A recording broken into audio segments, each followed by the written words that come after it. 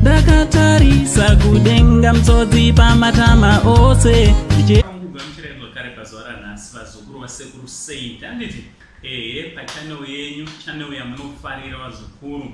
Tichida kutendai nesapoti yese yamunoramba muchipa pachannel panapa handiti.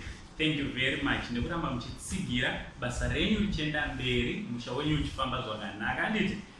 So pazuva ranhasi vazukuru ndine maphotos handiti, ndine kavidhio kandoda kukuratidzai izvo zvatinoita each and every time, kukuratidzai zvinenge zvaswera zvichitrenda, mapost anenge aswera achitrenda mumastreets esocial media handiti.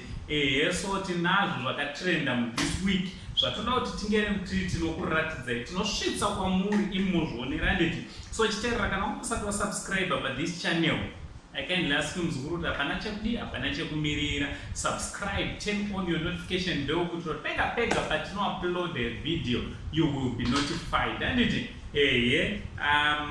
Tichida kutiradzai zvokutanga vazukuru handiti, hazvimwe zvachona hazvisi kunatsoita this week. Ufende umongo uchikongo wakawanda handiti. So mungoita makabata hana dzenyu vazukuru handiti. Itai makabata hana, ndagara ndakuyambirai. Right, foto rekutanga handiti ndevamwe plumber vanga vane birthday party yavo. Keke rachona razoitwa ipapo nderinoi. Natsozvionerai keke repa birthday paplumber. Chibva ipapo tazosanganawo nevamwe sisi handiti. Vamwewo sisi vanga vachitorwa foto, but pane zvavakanganwa ndevanavo. Right, tikurumidze tazvibvisa tiende nezvinoteera. Takazoonawo this week foto remurandakadzi naGinimbi vakabatanidzwa, vanhu vachiti aiwa pane kakuda kufanana rino iri. Zvionerai vazukuru, natsozvionerai muzvivetere zviri kuitika, ndo zviri kutrenda izvo handiti. So tichibva ipapo pane umwe sister wazoti aiwa inini ndanakirwa muchimbuzi chino ichi, chimbonditorai foto. Sister vacho ndevanavo. Ongororai vazukuru, ongororai.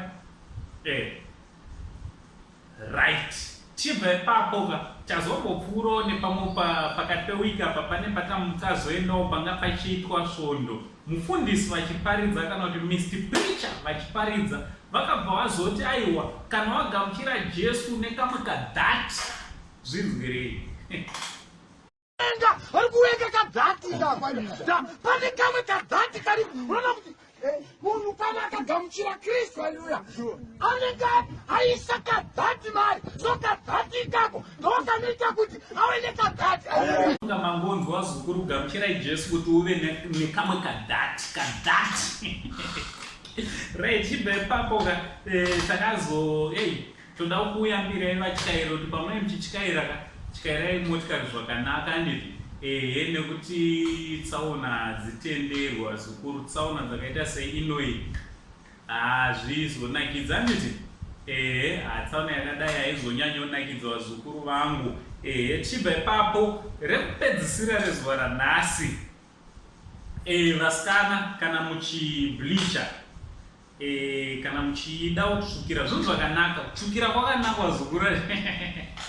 Kutsvukira kwakanaka, but try by all means kuti mutsvuke muviri wese handiti. Example tinawo Madam Boss Madam Boss vakabva vatsvuka muviri wese, ndo zvinonakidzawo kwete izvi. Zvionerei, munoti kudii sister vane makala akati wandeya. Right, so ndo zvatatinazvo this week handiti vazukuru, zvatinokupai each and every weekend pamatrending photos and videos handiti.